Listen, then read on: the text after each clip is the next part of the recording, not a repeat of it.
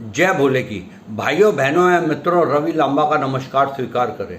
भाइयों, आज एक स्टोरी मैं आपको सुनाता हूँ। एक राजा था, उसके पास एक बकरा था। राजा ने ये ऐलान किया कि उस बकरे को जो चराकर तृप्त करके आएगा उसको मैं 10,000 अशर्फियाँ इनाम में दूंगा, लेकिन उसका पेट भरा है या नहीं भरा है इसकी परीक्षा मैं खुद लूँगा। तो इसका ऐलान होने के बाद में एक व्यक्ति आया, तो उसने राजा से कहा, ये काम तो बहुत आसान है, इसमें क्या दिक्कत है, ये तो बहुत इजी वे में हो जाएगा। तो राजा ने कहा, कोई बात नहीं, आप जाओ, मैं 10,000 अशर्फियाँ आपको दूंगा अगर आप मेरी परीक्षा में पास हो गए तो वो बकरे को साथ ले गया जंगल के अंदर। सारा दिन उसने खूब घास चराई और उसने ये फील किया कि अब तो जौन साहब बकरे का बहुत पेट भर गया है। तो अब जौन साहब वो राजा के दरबार में शाम को वापस ले आया। तो राजा ने जौन सा है जो परीक्षा लेनी थी, उसने जौन सा है अंदर से एक घास निकाली, एक बहुत ही अच्छी क्वालिटी की घास थी। वो घास जौन सा है बकरे के आगे डाली और बकरा जौन सा है उस घास को खा गया। तो उसने कहा कि आप तो कह रहे थे कि ये तृप्त हो गया है, ये तो तृप्त नहीं हुआ है।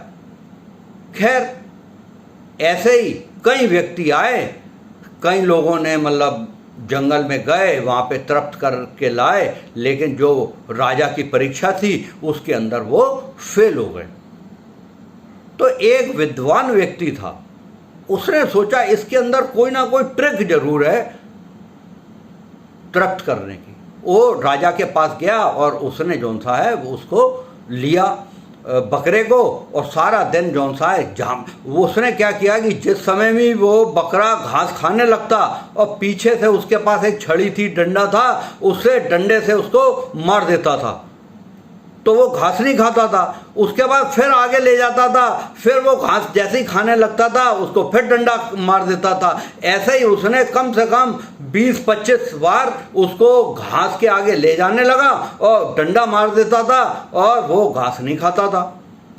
तो शाम को आ गया कि लीजिए साहब, ये तो तृप्त हो गया है। तो तृप्त हो गया है तो ठीक है, उसने परीक्षा ली तो घास उसने जौन सा है राजा ने आगे रखी। तो उसने बकरे ने खाने की तो चलती क्या है, उसने उसको सूंघा भी नहीं, क्योंकि बकरे को ये डर था कि जैसे ही मैं इस घास को खाऊंगा मेरे को डंडा पड़ जाएगा। इस बात से वो घास को उसने मतलब नहीं खाया। तो भाइयों, ये कहानी यहीं ख़त्म हो रही है। अब इसका सार क्या है, जो कंक्लूजन है वो हमारी ज़िंदगी के साथ में जुड़ा हुआ है। जो बकरा था वो है हमारा मन, और जो विद्वान व्यक्ति था वो है आत्मा, और राजा जौन सा था वो है परमात्मा, और जो घास है वो हमारी जौन सी वासनाएं हैं। तो हमारा जौन सा मन है वो बड़ा चंचल है। कहते हैं मन मांगे मोर, लोग दिल मांगे मोर। तो हमारा जौन सा मन है वो बहुत चंचल होने के नाते ये करता है कि हमारे पास हम कोई भी चीज़ जौन सी है उपभोग कर लेते हैं तो हमारा दिल दूसरी चीज़ के ऊपर चला जाता है। एक वासना हमारी ख़त्म होती है तो हम दूसरी वासना की तरफ अग्रसर हो जाते हैं, और ऐसा ही चक्कर चलता रहता है।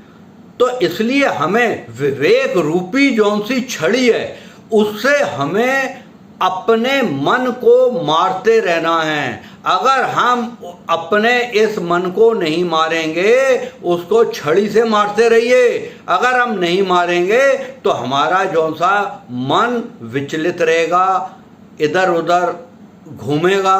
तो इसलिए सबसे बड़ी बात क्या है कि अगर मन सुधरेगा हमारा तो हमारा जीवन भी सुधरेगा। जय भोले की।